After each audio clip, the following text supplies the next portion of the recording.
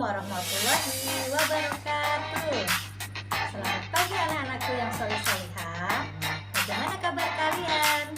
Semoga kalian tetap sehat ya. Sebelum belajar, siapkan dulu buku-buku pena 5C-nya dan juga alat tulisnya. Sebelum kita belajar, marilah kita berdoa terlebih dahulu. Doa mau belajar. Bismillahirrahmanirrahim. Raditu billahi rabba wa bil islami dina wa bi Muhammadin nabiyya wa rasula.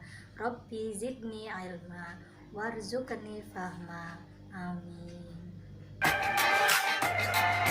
Kali ini kita akan belajar novel SPDP, masih tetap tema 6 dan sekarang sudah berpindah pada SD3. Yang kita pelajari yaitu tentang gambar cerita.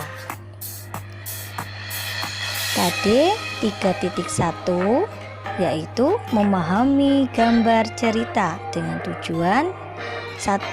Siswa mampu mengidentifikasi ciri-ciri gambar cerita secara tepat. Yang kedua, siswa mampu mengidentifikasi bahan dan alat untuk membuat gambar cerita secara benar. Dan yang ketiga, siswa mampu memahami gambar cerita secara jelas. Tentu anak-anak masih ingat kan ya, kemarin kalian mempelajari tentang pola lantai dalam gerak tari kreasi daerah. Sekarang kita akan mempelajari tentang gambar cerita. Ya, kita akan menjelaskan tentang gambar cerita. Menjelaskan ciri-ciri gambar cerita pada sampul depan buku seperti pada gambar yang anak-anak lihat. Di dalam buku atau majalah biasanya terdapat gambar cerita. Nah, pengertiannya, gambar cerita adalah gambar yang digunakan untuk menjelaskan maksud suatu cerita.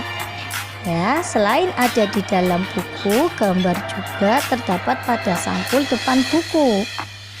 Nah, fungsinya apa? Fungsinya yaitu gambar sampul depan buku berfungsi untuk menjelaskan keseluruhan isi buku yang dapat membuat pembaca tertarik untuk membaca buku tersebut. Nah, kemudian gambar sampul di depan buku memiliki ciri-ciri, yaitu yang pertama, gambar berisi tentang isi buku. Bisa dilihat ya, di situ ada gambar.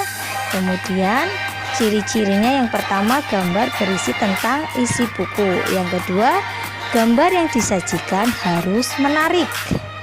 Dan yang ketiga, terdapat judul buku yang ditulis dengan ukuran huruf lebih besar.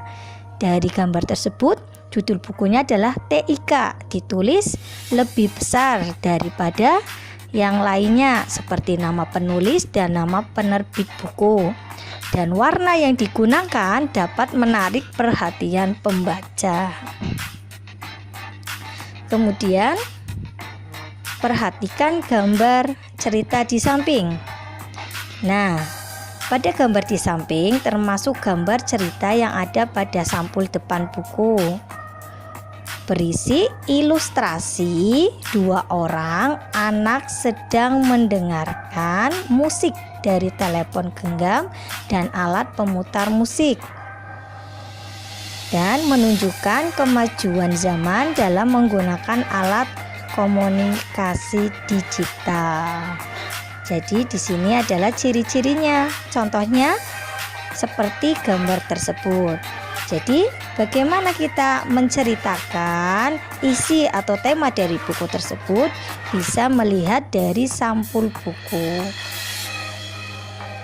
Nah, untuk yang lainnya kita akan mempelajari tentang teknik pewarnaan dalam pembuatan gambar cerita. Yang pertama ada teknik basah dan yang kedua ada teknik kering.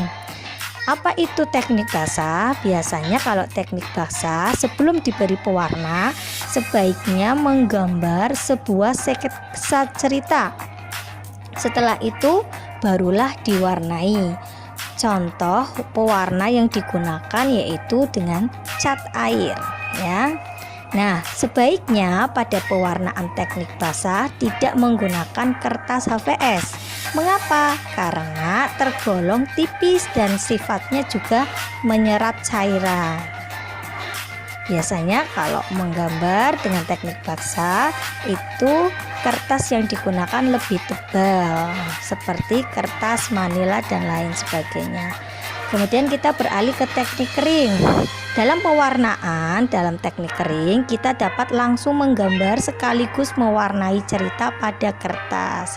Contoh pewarnanya yaitu biasanya ada krayon, juga bisa pensil warna dan spidol. Contoh gambarnya seperti pada layar. Kemudian kita lanjut pada makna pada gambar cerita. Anak-anak bisa melihat pada gambar di layar. Nah, dari gambar tersebut kita bisa melihat makna pada gambar cerita karena setiap gambar memiliki makna yang berbeda-beda. Dalam sebuah buku, gambar sampul mewakili seluruh isi buku. Pada sebuah lukisan, gambar mewakili sebuah tema. Kita harus memperhatikan dengan teliti untuk mengetahui makna dari sebuah gambar. Nah, dari gambar tersebut kita bisa melihat alam berupa pantai yang indah. Pantai dimanfaatkan sebagai tempat wisata. Pada gambar tersebut juga tampak sekeluarga yang terdiri atas ayah, ibu, dan 2 orang anak sedang menikmati bekal di pantai. Demikian pembelajaran hari ini. Marilah kita tutup dengan bacaan doa kafaratul majlis. Bismillahirrahmanirrahim. Subhanakallahumma wa bihamdika asyhadu an la ilaha illa anta astaghfiruka wa atubu ilaik. Sekian, wassalamualaikum warahmatullahi wabarakatuh.